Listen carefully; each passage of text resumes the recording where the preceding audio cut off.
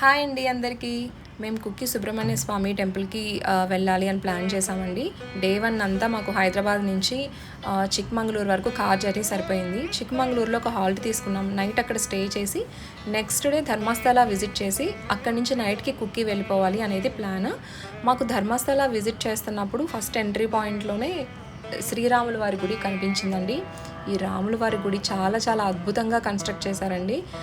ఈ ఎలిఫెంట్స్ అయితే అసలు రియల్ ఎలిఫెంట్స్ లానే ఉన్నాయి, అంత బాగుంది ఈ టెంపుల్. మేము ఉగాది అయిపోయిన నెక్స్ట్ డే స్టార్ట్ అయ్యాము. అంటే ఇప్పుడు శ్రీరామ నవరాత్రుల సెలబ్రేషన్స్ చేస్తున్నారు ఈ టెంపుల్లో. ఉగాది నుంచి శ్రీరామనవమి వరకు మధ్యలో ఉన్న ఆ 9 రోజుల్ని శ్రీరామ నవరాత్రులు అంటారు. ఆ శ్రీరామ నవరాత్రుల్ని ఈ గుడిలో చాలా చాలా ప్రత్యేకంగా జరుపుకుంటారంటండి. నిత్యాన్నదానం ఉంటుంది, ఎప్పుడు ఎవరో ఒకరు సేవ చేస్తూనే ఉంటారు. శ్రీరామనామ జపం ఇది 24/7 9 రోజులు జరుగుతూనే ఉంటుందంట. ఆ వీడియో క్లిప్ కూడా మీకు చూపిస్తాను. ఇక్కడ టెంపుల్లో మేము వెళ్ళింది పీక్ సమ్మర్ కాబట్టి ఇక్కడ వాళ్ళు వాటర్ ఇలా అరేంజ్ చేశారు. దీనికి ఇంకొక పర్పస్ ఏంటంటే గుడిలోకి వెళ్ళేటప్పుడు మనం కాళ్ళు కడుక్కొని వెళ్తాం కదా, అలా ట్యాప్స్ అలా ఏం పెట్టుకోకుండా ఇలా కామన్గా ఒక ప్లేస్లో వాటర్ ఉంచేశారనమాట. సో గుడి లోపల కెమెరాస్ అలో చేయలేదు, కానీ గుడి లోపల ఆర్కిటెక్చర్ అయితే ఎంత అద్భుతంగా ఉందంటే చాలా చాలా బాగుందండి. అంత మార్బుల్తో కన్స్ట్రక్ట్ చేశారు. లోపలికి వెళ్ళగానే ఒక ప్రశాంతంగా పీస్ఫుల్ వైబ్ వచ్చింది. రామయ్య, సీతమ్మ, లక్ష్మణుడు, హనుమాన్ విగ్రహాలు అయితే మార్బుల్తో చేశారు. అందరు దేవుళ్ళ విగ్రహాలు ఉన్నాయి లోపల, అన్ని మార్బుల్స్తో చేశారనమాట. చిన్న చిన్న గుడిలాగా కట్టారు. చాలా చాలా ప్రశాంతంగా అనిపించిందండి. మేము జస్ట్ అలా విజిట్ చేసేసి త్వరగా వెళ్ళిపోదాము, మంజునాథ స్వామిని దర్శించుకోవాలి, మళ్ళీ దర్శనం టైమింగ్స్ అయిపోతాయి అనుకున్నాము. కానీ గుడిలోకి వెళ్ళిన తర్వాత మాకు రావాలనిపించలేదు. ఆల్మోస్ట్ 1 అవర్ అక్కడే కూర్చుండిపోయామన్నమాట. కూర్చున్నాము. ఇంకా టెంపుల్ చుట్టుపక్కల చూస్తే ఇవన్నీ రథాలు, చెక్కతో చేసిన రథాలు. శ్రీరామనవమి దగ్గరికి వస్తుంది కాబట్టి ఈ అరేంజ్మెంట్స్ అన్నీ చేస్తున్నారని అక్కడున్న ఒక పూజారి గారు. అసలు ఈ టెంపుల్ని ఎవరు కన్స్ట్రక్ట్ చేశారు, ఎప్పుడు కన్స్ట్రక్ట్ చేశారు అని చూస్తే డాక్టర్ డి వీరేంద్ర హెగ్డే గారు ఈ టెంపుల్ని కన్స్ట్రక్ట్ చేశారండి. ఆయన ధర్మస్థల టెంపుల్కి హెరిడిటరీ అడ్మినిస్ట్రేటర్ అనమాట.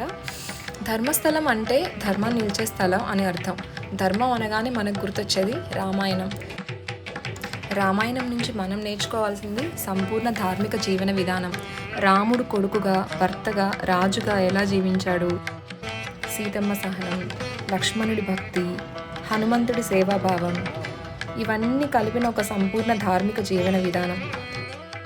సింపుల్గా అర్థమయ్యే భాషలో చెప్పుకోవాలి అనుకుంటే ధర్మస్థలంలో మంజునాథ స్వామిని దర్శించుకునే భక్తులందరూ రాముల వారి గుడిని దర్శించుకొని రామాయణాన్ని అర్థం చేసుకొని రాముని బాటలో నడవాలి అనే ఉద్దేశంలో వీరేంద్ర గారు ఈ టెంపుల్ని నిర్మించారంటండి ధర్మస్థలంలో. లోపల టెంపుల్ లోపల చూస్తే అన్ని రామాయణంలో ఉన్న ఘట్టాలన్నిటినీ చాలా చక్కగా అరేంజ్ చేశారండి వాల్స్ మీద. శ్రీరాముడి పట్టాభిషేకం, సీతారాముల కళ్యాణం, ఇలా వాళ్ళ వనవాసం, ఇవన్నిటిని చాలా అద్భుతంగా అలంకరించారండి గుడి లోపల. గుడి లోపల వీడియో తీయడానికి అవ్వలేదు కాబట్టి నేను చూపించలేకపోయాను. ఇక్కడ చూపిస్తున్నాను కదా, ఈ ఆర్కిటెక్చర్ అయితే టెంపుల్ బ్యాక్ సైడ్ అనమాట. వెనక వైపున ఈ ఓల్డ్గా ఉన్న గోపురం ఉంది. మేబీ శ్రీరామనవమి ఉత్సవాలు కాబట్టి మొత్తం పెయింట్స్ అవన్నీ వేసినట్టున్నారు. చాలా చాలా బాగా అనిపించిందండి ఈ టెంపుల్లో. చుట్టూ కొబ్బరి చెట్లు, మొత్తం గ్రీనరీ. ధర్మస్థలంలో ఒక నది ఉందండి, ఆ నది పేరు నేత్రావతి నది. ఇంకా ధర్మస్థలంలో నేను ఎక్కువ అబ్జర్వ్ చేసింది ఏంటి అంటే, ధర్మస్థల ఊరు చాలా చిన్నదండి, కానీ ఈ ఊరిలో అన్ని ఫెసిలిటీస్ ఉన్నాయి. ఎక్కువగా న్యాచురోపతి కాలేజెస్ ఉంటాయి కదా, ఆ కాలేజెస్ ఎక్కువ ఉన్నాయండి. మేబీ ఇక్కడ ఫారెస్ట్ ఎక్కువగా ఉండి ఆ న్యాచురోపతి వైద్యానికి కావాల్సిన హర్బ్స్, మూలికలు అలాంటివన్నీ ఫారెస్ట్లో దొరకడం ఒక రీజన్ అనుకుంటా. చాలా కాలేజెస్ అయితే చూసామండి.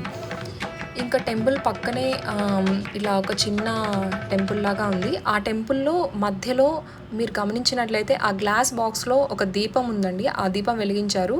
ఆ అఖండ దీపం 24/7 శ్రీరామ నవరాత్రులు అయిపోయేంత వరకు అలానే ఉంటుందంట. ఈ ధర్మస్థలకి చుట్టుపక్కల ఉన్న గ్రామాల నుంచి చాలామంది భక్తులు స్లాట్స్ బుక్ చేసుకుంటారంటండి. ఒక్కొక్క బ్యాచ్కి ఒక్కొక్క స్లాట్ ఇస్తారంట. సో ఒక స్లాట్ వాళ్ళు రామనామ జపం చేసి తిరిగి అయిపోయిన తర్వాత ఇంకొక స్లాట్ వాళ్ళు కంప్లీట్ చేసే టైంకి రెడీగా ఉండాలి.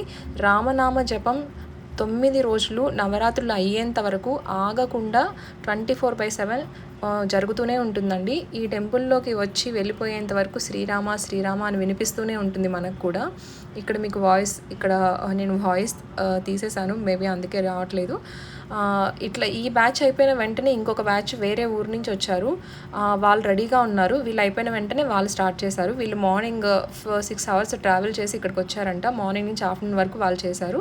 తర్వాత ఇంకొక బ్యాచ్ వచ్చారు. తర్వాత మేము అన్నదానానికి వెళ్ళిపోయి అన్నదానం చేసేసి మంజునాథ స్వామి టెంపుల్కి వచ్చేసాము. మంజునాథ స్వామి టెంపుల్ మేము రీచ్ అయ్యేపాటికే 4 అయిపోయిందండి. మధ్యలో నేత్రావతి నది చూసుకొని అక్కడి నుంచి టెంపుల్కి వచ్చాము. సాయంత్రం 5 o'clockకి మళ్ళీ దర్శనం టైమింగ్స్ ఉంటాయి. ఇదే టెంపుల్ అనమాట. ఇక్కడ ఆర్చ్లాగా కనిపిస్తుంది కదా, దర్శనం చేసుకున్న భక్తులందరూ ఇక్కడ నుంచే ఎగ్జిట్ అయిపోయి బయటకు వస్తారు. లోపల మంజునాథ స్వామి విగ్రహం ఉంటుంది. ఇక్కడ కూడా మొబైల్స్ అలో చేయరండి లోపల, అందుకని ఇంకా లోపల మేము షూట్ చేయలేదు. సో దర్శనం చేసేసుకొని అక్కడి నుంచి మేము కుక్కీ టెంపుల్కి స్టార్ట్ అయిపోయాము.